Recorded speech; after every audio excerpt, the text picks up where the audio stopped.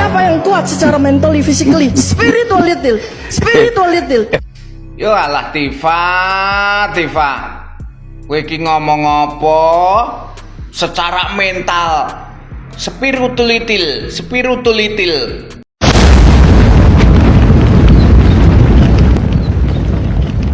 Assalamualaikum warahmatullahi wabarakatuh. Teman-temanku, selamat datang kembali di channel YouTube Narasi. Bagaimana kabar kalian semua? Semoga selalu diberikan kesehatan, kemudahan, dan juga limpahan rezeki dari Yang Maha Kuasa. Amin ya robbal alamin. Wah nih teman-teman, tentunya akan seru dan juga menarik. Nanti kita saksikan sidang Dr. Tifa terkait dengan dugaan pencemaran nama baik dan juga fitnah. Jaksa penuntut umum sudah melimpahkan kembali berkas perkara Dr. Tifa ke Pengadilan Negeri Jakarta Timur. Sidang perkara fitnah ijazah Pak Jokowi dengan terdakwa Dr. Tifa akan digelar nanti pada 6 Agustus. Ya, juru bicara Pengadilan Negeri mengatakan Pengadilan Negeri telah menerima pelimpahan berkas perkara Dr. Tifa pada 28 Juli kemarin. Setelah pelimpahan berkas tersebut nih, Pengadilan Negeri Jakarta Timur juga menentukan tanggal sidang. Nanti akan digelar pada hari Kamis bulan Agustus mendatang. Seluruh proses sidang akan dimulai lagi dari awal, yaitu pembacaan dakwaan yang baru. Jaksa penuntut umum melimpahkan kembali berkas perkara Dr. Tifa ke Pengadilan Negeri Jakarta Timur. Tentunya inilah yang kita nantikan selama ini kita mengikuti. Mungkin kasus ini sudah hampir setahun. Tapi kalau kita melihat ke belakang daripada kejadian Bambang Tri dan juga Gus Nur, mungkin kurang lebih 11 tahunan, tapi belum juga selesai. Ada apa sih sebenarnya? Disinilah publik pro dan kontra. Akan tetapi saya melihat guys, bahwa ternyata Roy Suryo dan juga Dr. Tifa bukanlah seorang peneliti. Ya, saya juga menyimak daripada keterangan di persidangan di dalam video ini bahwa Dr. Tifa mengatakan saya menjadi seorang peneliti itu sudah 25 tahun. Disinilah pro kontra guys. Apakah hanya ijazah Pak Jokowi saja nih yang diteliti? Bukankah banyak yang lain-lainnya? Oke teman-teman, kita simak video ini. Ya, saya kutip dari iNews. Luar biasa, kita simak. Itu kalau saya diundang sebagai ahli untuk bicara dalam dua ilmu saya, itu jumlahnya mungkin tak terhitung ya. Karena saya ini sudah menjadi peneliti sejak sekitar 25 tahun yang lalu. Ya. Multilinier ilmu saya. Jadi bukan hanya ilmu satu saja, ilmu kedokteran, tetapi multilinier. Karena itu maka saya mendedikasikan diri saya untuk belajar dengan sangat susah payah menempuh 2 bidang doktoral. Untuk apa? Untuk bisa membantu menjawab permasalahan yang ada di negara ini. Semua sepenuhnya dengan dana pribadi.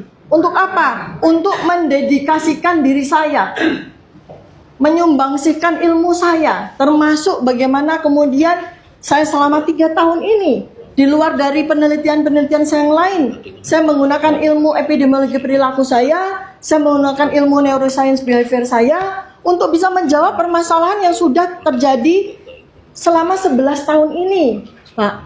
Pak Immanuel, terkait kasus pelimpahan berkas kembali Dr. Tifa, bisa dijelaskan Pak sampai saat ini seperti apa dan kapan akan disidangkan kembali Pak? Ya, rekan-rekan media ya, terkait berkas perkara atas nama Tifa Ujia Tiasuma, Pengadilan Negeri telah menerima kembali limpahan berkas perkara tersebut dari pihak Kejaksaan Negeri Jakarta Selatan melalui Kejaksaan Negeri Jakarta Timur. Juga oleh Panmut kami, Mas Dudi Gusmawan, sudah diregister dengan register perkara yang baru. Jadi untuk yang berkas perkara saat ini nomor 354 garis miring B garis miring 2026 garis miring PN Jakarta Timur. Kemudian ketua pengadilan juga sudah menunjuk majelis yang akan mengadili, sama susunannya dengan majelis yang lama ya, Ibu Christina Endarwati sebagai hakim ketua majelis, Rudi Rapli Siregar dan Matilda Christina Katarina sebagai hakim anggota. Kemudian oleh majelis hakim yang ditunjuk juga telah menetapkan sidang pertama, yaitu direncanakan hari Kamis tanggal 6 Agustus 2026. Demikian. Untuk pengamanan sidang sendiri sidang seperti mana? Ya, karena pada persidangan sebelumnya kan kita sudah punya pengalaman ya untuk menyelenggarakan persidangan tersebut akan tetap sama. SOP-nya akan tetap sama. Dan untuk peliputan media sendiri masih bisa dilakukan live streaming sepanjang belum dilakukan pemeriksaan terhadap saksi maupun terdakwa. Untuk partisipasinya Pak, apakah dibuat tenda juga? Masih kita buat untuk seperti yang kemarin, ada tenda, ada penambahan kursi maupun penambahan media TV bagi rekan-rekan media juga biar bisa meliput dari situ. Cukup. Kemudian yang kedua, rekan-rekan sekalian, tadi dipertanyakan sehubungan dengan hasil persidangan dari terdakwa Dr. Tifa.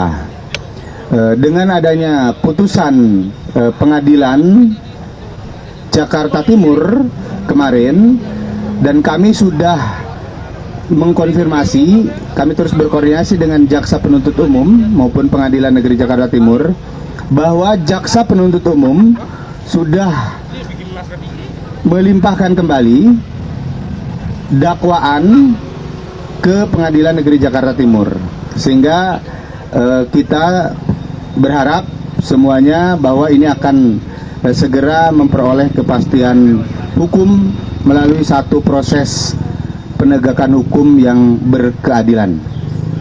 Revisi dakwaan dari jaksa. Oh, ada revisi ya? Nah, ya. itu biar kuasa hukum aja. Itu apakah nanti setelah dari tanggal 3 nanti, kalau nggak salah besok ya, Kamis itu sidang, infonya apakah nanti Pak Roy juga akan ke sana juga? Pertama begini, informasinya itu valid ya?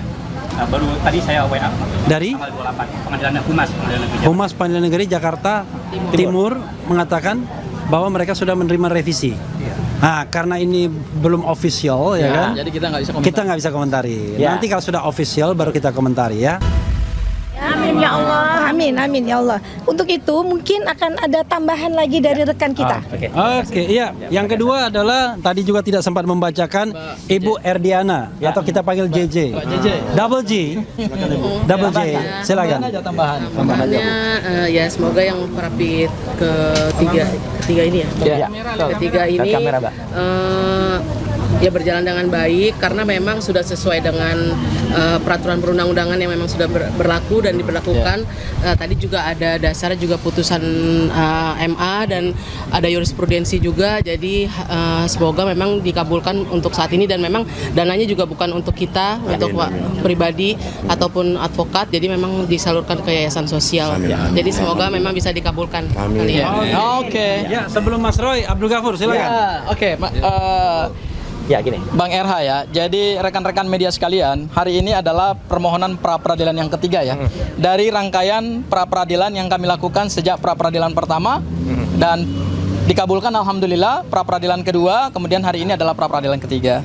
Tadi sudah kami bacakan permohonan pra-peradilannya dan berdasarkan juga hasil tanya jawab kami dengan Hakim Tunggal pra-peradilan bahwa permohonan pra-peradilan ketiga ini memang tidak bisa dilepaskan dari materi permohonan pra-peradilan pertama maupun juga permohonan pra-peradilan yang kedua.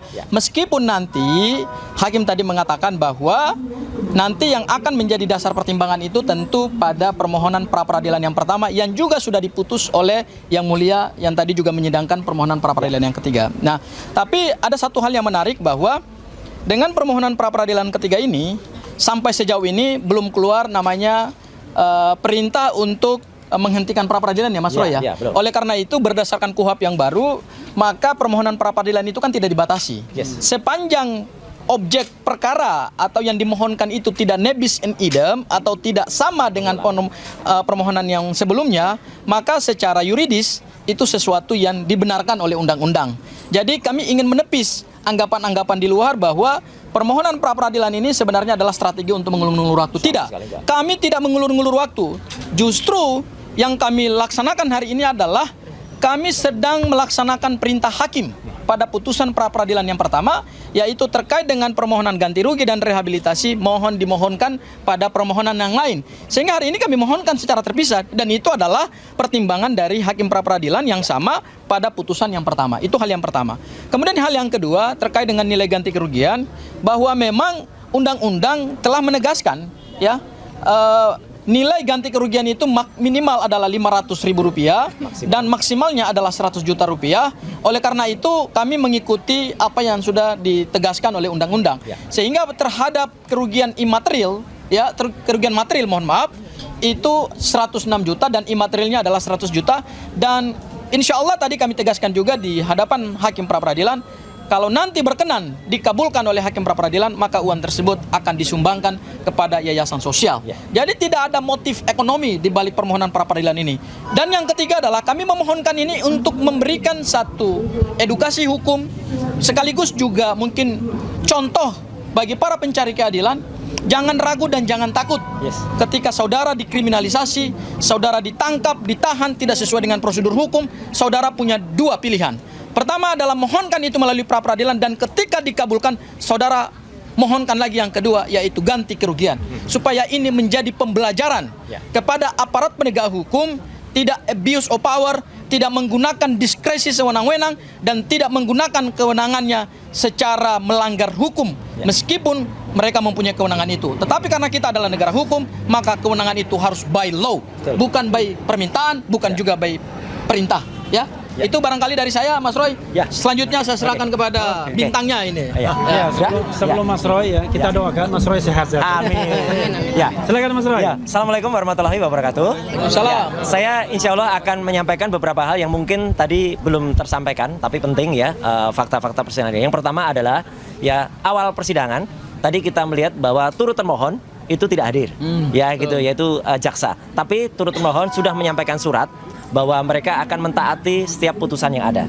Jadi ya sudah, kalau begitu supaya tidak mengulur-ulur waktu, tadi hakim tunggal dengan cepat menyatakan sudah dimulai. Jadi hari ini adalah pembacaan permintaan kita, permohonan kita. Besok adalah jawaban dari pihak termohon, yaitu hanya ada satu, yaitu pihak dari kepolisian atau dari Polda Metro Jaya. Kemudian kami akan menyampaikan replik, kalau kami akan menyampaikan replik, dan kemudian juga akan sampaikan duplik dari pihak termohon, ya gitu. Jadi itu dalam sehari. Jumat itu adalah bukti. Jadi kalau tadi ada beberapa teman media yang menanyakan bukti-buktinya apa Mas gitu. Nah itu tadi bukti-bukti yang sudah dibacakan, ya, yaitu tentang adanya nota sekian, ada nota A, nota B yang totalnya adalah 106 juta. Itu semuanya nanti akan kita sampaikan pada hari Jumat. Ya, dengan disertai adanya saksi. Siapa saksinya? Tunggu saja hari Jumat. Ya, gitu yang nanti akan ada. Nah, kemudian nanti hari Seninnya adalah saksi dari pihak termohon. Kemudian Selasanya adalah kesimpulan dari masing-masing dari kami dan juga dari pihak termohon, dan kemudian Kamis adalah putusan. Kamis tanggal 6 Agustus itu adalah putusan. Nah, Kamis tanggal 6 Agustus itu ini memang menarik. Kalau sidang di Jakarta Timur itu juga kemarin berjalan, eksepsinya tidak diterima, eksepsinya misalnya jalan terus, maka konon 6 Agustus itu katanya ada yang mau hadir di Jakarta, ya toh katanya di sana. Tapi kita tunggu nanti, kalau enggak ya kesini aja dulu ya, ke Pengadilan Negeri Jakarta Selatan untuk mendengarkan keputusan itu. Itu yang pertama. Ya, yang kedua adalah yang ingin juga saya sampaikan ya, kami sekali lagi mengaturkan terima kasih atas semua pihak yang sudah mensupport ini semua ya, termasuk kepada Hakim Tunggal yang tadi juga bagus banget beliau itu memberikan pandangan, masukan kepada kami yang kemudian itu supaya tertibnya pokok yang kita mohonkan, maka tadi beliau menyarankan ini saja, fokus saja ke sini. Itu bagus ya. Jadi menurut saya kami mengapresiasi itu semua. Dan yang ketiga ya, yang ingin saya sampaikan Jaja, setelah ini siang nanti jam 2 kami akan bersama-sama ke Pengadilan Negeri Jakarta Utara. Apalagi itu? Ada tuntutan perdata atau gugatan perdata perbuatan melawan hukum terhadap seseorang. Ya gitu. Seseorang itu tadi sudah disebut juga di dalam acara, salah satu dari 4 pelapor yang melaporkan saya, ya, bukan Joko Widodo, tapi salah satu dari 3 termul yang ada, ya itu. Siapa dia? Nah, nanti ada di Pengadilan Negeri Jakarta, dan itu sudah masuk sidang yang kedua ya, karena pada saat sidang yang pertama mereka tidak datang. Jadi itu penegasan dari saya, dan sekali lagi untuk menegaskan bahwa uang itu bukan hanya untuk kami terima saja, ya, bukan untuk kami, sama sekali bukan untuk kami, tapi untuk yayasan yang bersangkutan. Maka sebagai wujudnya kami sudah ada kok uangnya, ada di sini. Nah, karena ini warnanya biru ya, ini warnanya juga biru. Ya gitu. Jadi kita sampaikan kepada yayasan yang memerlukan. Jadi 206 juta rupiah itu ya diputuskan semua atau dikabulkan sebagian atau apa, yaitu terserah kepada Yang Mulia Hakim Tunggal Pak Iketut Darpawan. Sekian, terima kasih. Wassalamualaikum warahmatullahi wabarakatuh. Yayasannya apakah sudah ditentukan, Pak? Yayasan yang menerima uangnya nanti akan kita umumkan. Ya, tapi yang jelas itu yayasan asli ya, bukan yayasan fiktif. Ya, gitu. Ya, nggak ada. Nggak juga enak masa yayasannya sudah ditentukan sementara uangnya saja belum ada. Nah, iya kan? Jadi kan kita tunggu putusannya dulu, Pak. Kira ada beberapa yayasan, Pak. Nanti akan ada rapatnya. kita Ya gitu, diskusikan. karena layaknya berapa? Nggak mungkin kalau banyak banget kan gitu. Tapi juga mungkin tidak hanya satu. Kita lihat saja nanti. Saya kira itu ya, teman-teman semua. Oke. Apa itu? Tanggal 28 kemarin itu Pengadilan Negeri Jakarta Timur telah menerima revisi dakwaan dari jaksa. Oh, ada revisi ya? Nah, sudah. itu biar kuasa hukum aja. Itu apakah nanti setelah dari tanggal 3 nanti, kalau nggak salah besok ya Kamis itu sidang, infonya apakah nanti Pak Roy juga akan ke sana juga? Pertama begini, informasinya itu valid ya? Baru tadi saya WA Dari tanggal 28 Pengadilan Negeri Jakarta. Humas Pengadilan Negeri Jakarta Timur mengatakan bahwa mereka sudah menerima revisi. Nah, karena ini belum official ya kan? Jadi kita nggak bisa Kita nggak bisa komentari. Ya. Nanti kalau sudah official baru kita komentari ya. Ada yang lupa, satu yang menarik hubungannya dengan Pengadilan Jakarta Timur. Tadi di antara pengunjung sidang ada salah seorang sahabat kami, rekan kami, yaitu pengacara dari Dr. Tifa, yaitu Pak Abdul Al-Katiri. Kenapa beliau hadir? Nah, itu nanti ada yang menarik. Saya nggak akan bocorkan ya. Silahkan tanyakan kepada yang bersangkutan.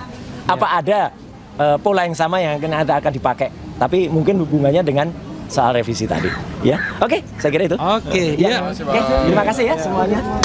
Thank you.